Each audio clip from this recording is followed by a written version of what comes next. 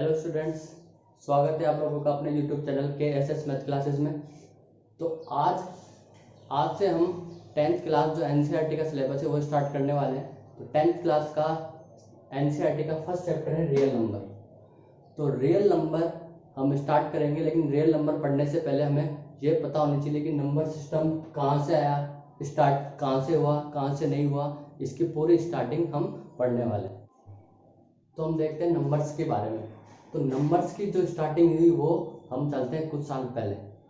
तो देखिए, प्राचीन काल में या बहुत साल पहले, हजारों साल पहले, जब लोगों को गिनना नहीं आता था तो कैसे काउंटिंग स्टार्ट की, कैसे नहीं। तो जैसे मान लो किसी ने स्टार्ट किया कि कोई एनिमल्स हैं, कई जानवर हैं, तो गिनना स्टार्ट किया कि 1 जानवर, 2 जानवर, 3, 4, 5, 6, 7, 8, 9। तो स्टार्टिंग जो हुई नंबर्स की वो स्टार्टिंग हुई इन नंबर से 1, 2, 3, 4, 5, 6, 7, 8 और 9। तो स्टार्टिंग में ये नंबर हमारे पास हमको पता थे, मतलब स्टार्टिंग में जो नंबर खोजना स्टार्ट किए तो 1, 2, 3, 4, 5, 6, 7, 8, 9 तक नंबर स्टार्ट कर लिए। ठीक है, तो 9 तक नंबर स्टार्ट करने के बाद 9 तक नंबर हमने खोज लिए। तो इन नंबर को खोजने के बाद आगे गिनती, काउंटिंग लिखना क्या हो गया, बंद हो गया। क्यों बंद हो गया? क्योंकि आगे नंबर हमको पता नहीं थे। तो क्या करते थे उस टाइम, 9 के 9 के सेट बना लेते थे। तो ये नंबर हमने नेचर से मिले। कहाँ से मिले? प्रकृति से मिले, नेचर से प्राप्त हुए। इसलिए 1 से लेकर जो नंबर स्टार्ट होते हैं उन नंबर्स को कहा जाता है नेचुरल नंबर, प्राकृत संख्या। प्राकृत संख्या नेचुरल नंबर कहा जाता है। क्यों? क्योंकि ये नंबर 1, 2, 3, 4, 5, 6, 7, 8, 9 तक के नंबर जो स्टार्ट हुए थे वो हमें प्रकृति से, नेचर से मिले थे। इसलिए इनको हम प्राकृत संख्या या नेचुरल नंबर या प्राकृतिक संख्या कहते हैं। तो हम देखेंगे प्राकृत संख्या, नेचुरल नंबर की डेफिनेशन।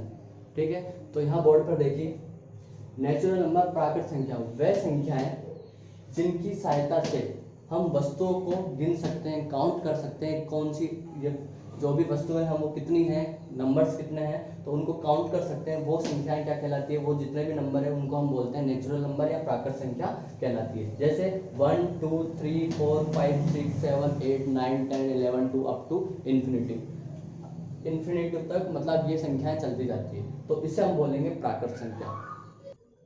तो प्राकृत संख्या के बाद अगली संख्या आती है पूर्ण संख्या, होल नंबर। तो ये होल नंबर क्या होते हैं? तो स्टार्टिंग में हमको नंबर बताते हैं 1 से लेकर इन्फिनिटी तक। तो अब अगर मान लो कोई संख्या हमको गिनना ही नहीं, किसी को काउंट नहीं करना, तो उसको क्या बोला जाएगा? तो ये हमें जानकारी नहीं थी। तो जीरो की खोज के बाद स्टूडेंट, जीरो की खोज के बाद जीरो कहाँ रखेंगे?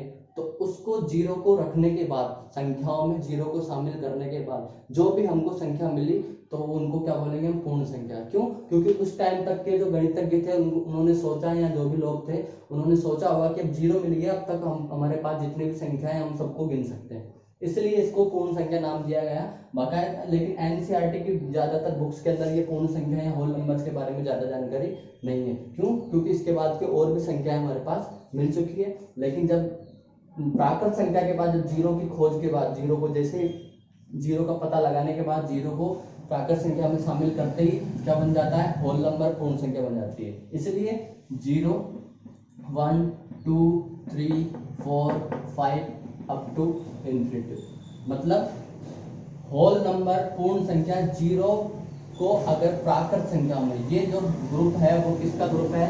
ये जो समूह है वो प्राकृत संख्या, नेचुरल नंबर का ग्रुप है। इसके अंदर हमने जीरो और ऐड कर दिया, तो ये जो पूरी संख्या बनी वो सारी की सारी संख्याएं क्या कहलाएगी? प्राकृत संख्या, पूर्ण संख्या या होल नंबर्स कहलाएगी। तो पूर्ण संख्या है। होल नंबर्स के बाद अगला जो आता है वो आता है इंटीजर्स, पूर्णांक। तो पूर्णांक क्या होता है?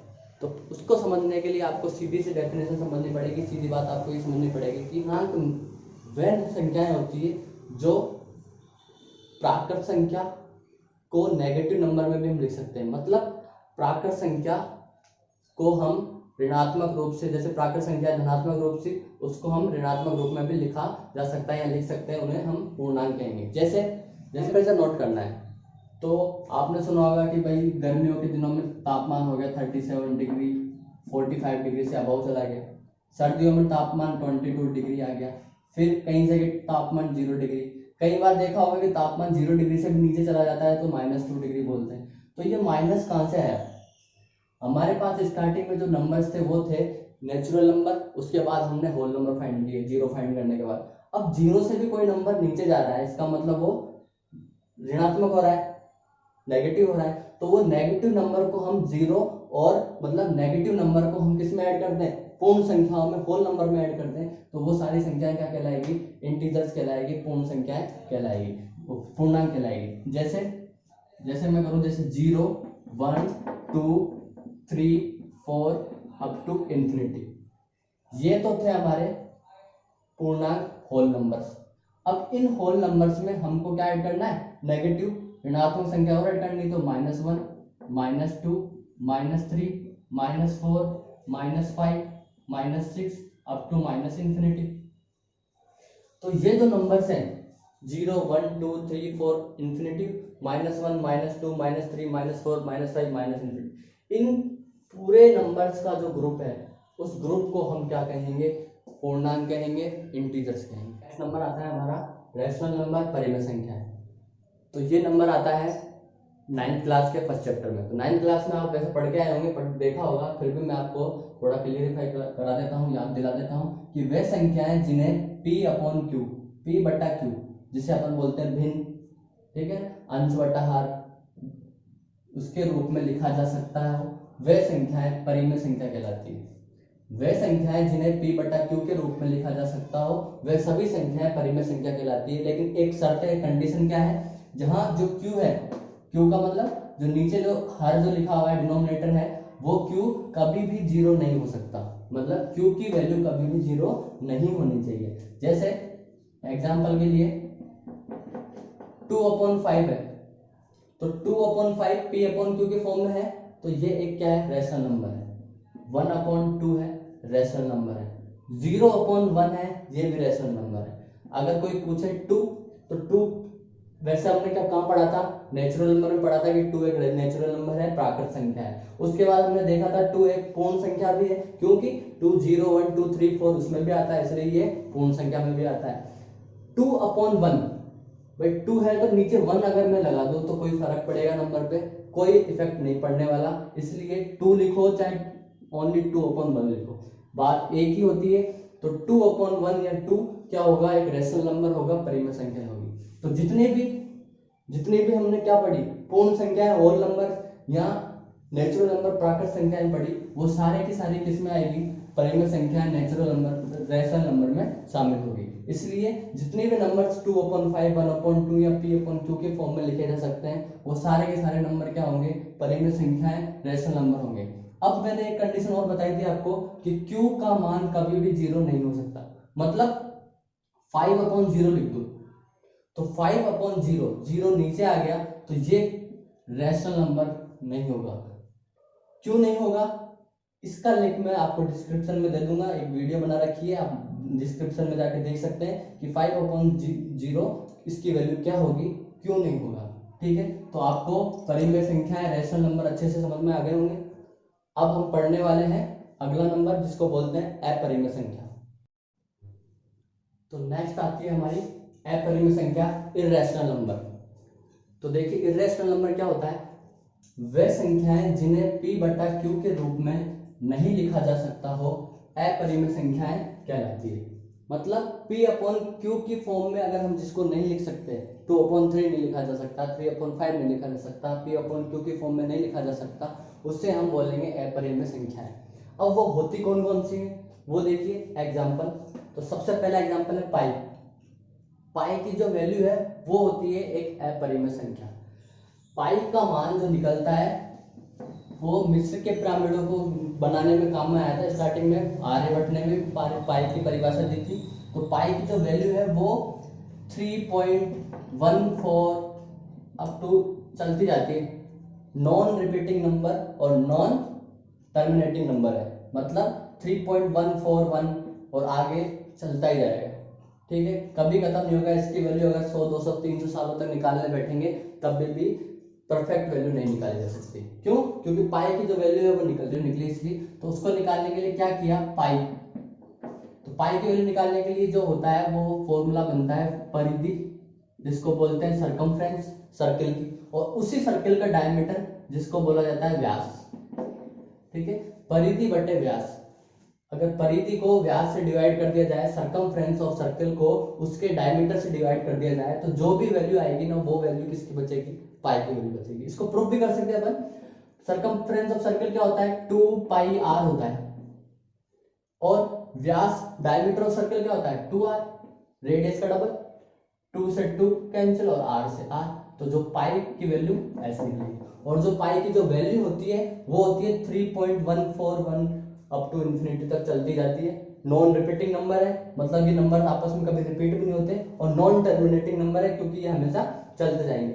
आसान सा संख्या है, आपस में हमेशा चलती जाती है, इसलिए जो पाई है वो क्या है, एक अपरिमेय संख्या है, इर्रेशनल नंबर है। क्यों, क्योंकि इस नंबर को हम ऐसे p अपॉन q के फॉर्म में नहीं लिख सकते।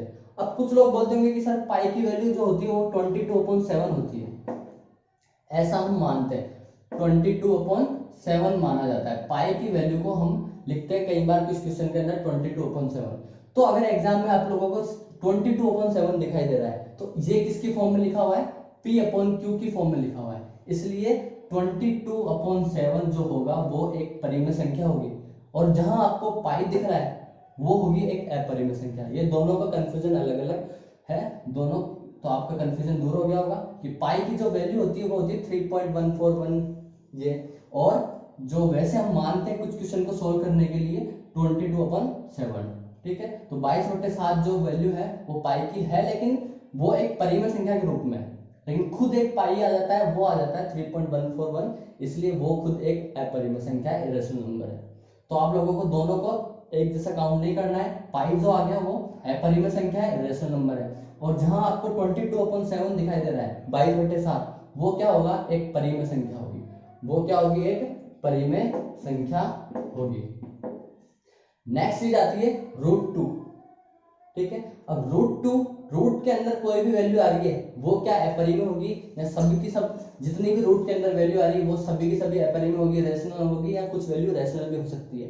तो ध्यान रखना, रूट के अंदर √2, तो √2 अगर 2 का स्क्वायर रूट अपन सोल्व करेंगे तो कितना आएगा, 1.414, ठीक है। अब तो ये चलता ही जाएगा, नॉन टर्मिनेटिंग है, ठीक है, ये हमेशा निकलेगा, पूरा निकलता ही जाएगा, इसलिए जो √2 है वो एक अपरिमेय संख्या है। √3 भी एक अपरिमेय संख्या है, क्योंकि इसका रूट भी हम आसानी से नहीं निकाल सकते, और निकालेंगे तो ये एक नॉन टर्मिनेटिंग नंबर आएगा। 2.47523325961009 दशमलव के बाद, डेसिमल के बाद, आफ्टर द डेसिमल जो भी वैल्यू है वो नॉन रिपीटिंग नंबर है। क्या ये नंबर कभी भी रिपीट हो रहे हैं, एक जैसे नहीं हो रहे, ठीक है, और ये हमेशा चलते जाते हैं, नॉन टर्मिनेटिंग है, ये हमेशा आगे तक चलते जाएंगे। तो ऐसा अगर कोई डेसिमल हमको दशमलव में कोई संख्या मिल रही है तो वो संख्या भी अपरिमेय संख्या होगी, इरेशनल नंबर होगा। रूट के अंदर, रूट के साइन के अंदर कोई ऐसा नंबर है जिसका रूट निकालना पॉसिबल तो है, लेकिन वो थोड़ा लंबा रूट निकल रहा है, मतलब नॉन टर्मिनेटिंग नंबर आ रहा है, नॉन टर्मिनेटिंग डेसिमल में जो नंबर आ रहा है वो, या √2 रूट के अंदर एक संख्या है जो जिसका रूट निकालना अपन को सोल्व करने पर नॉन टर्मिनेटिंग नंबर आ रहा है, वो संख्या है, या पाई, ऐसी संख्या है उनको अपन बोलेंगे अपरिमेय संख्या, इरेशनल नंबर। जैसे क्वेश्चन में बोलूंगी √4, तो रूट का 4 का रूट कितना होता है, 2 होता है, तो 2 क्या है, हमने पढ़ा था रेशनल नंबर है, परिमेय संख्या है, तो 2/1 लिख सकते हैं इसको। इसलिए ध्यान रखने वाली बात है कि रूट के अंदर हमको वही संख्या देखनी है जो जिसका रूट निकाले हम, तो वो कैसी नंबर आनी चाहिए, आसान से दशमलव संख्या, नॉन टर्मिनेटिंग नंबर आना चाहिए। तो इस तरह से आज की वीडियो में हमने देखा प्राकृत संख्या, नेचुरल नंबर, उसके बाद हमने क्या देखा, प्राकृत संख्या के बाद हमने देखा पूर्ण संख्या, होल नंबर, होल नंबर के बाद हमने देखा रेशनल नंबर, परिमेय संख्या है, और उसके बाद आती है अपरिमेय संख्या, इरेशनल नंबर। इसके बाद जो अगला नंबर है वो आया रियल नंबर, वास्तविक संख्या है, और उससे हमारा चैप्टर स्टार्ट होता है। तो आज की वीडियो में इतना ही, तो नेक्स्ट क्लास में हम देखेंगे रियल नंबर। आज की वीडियो में इतना ही, थैंक यू स्टूडेंट।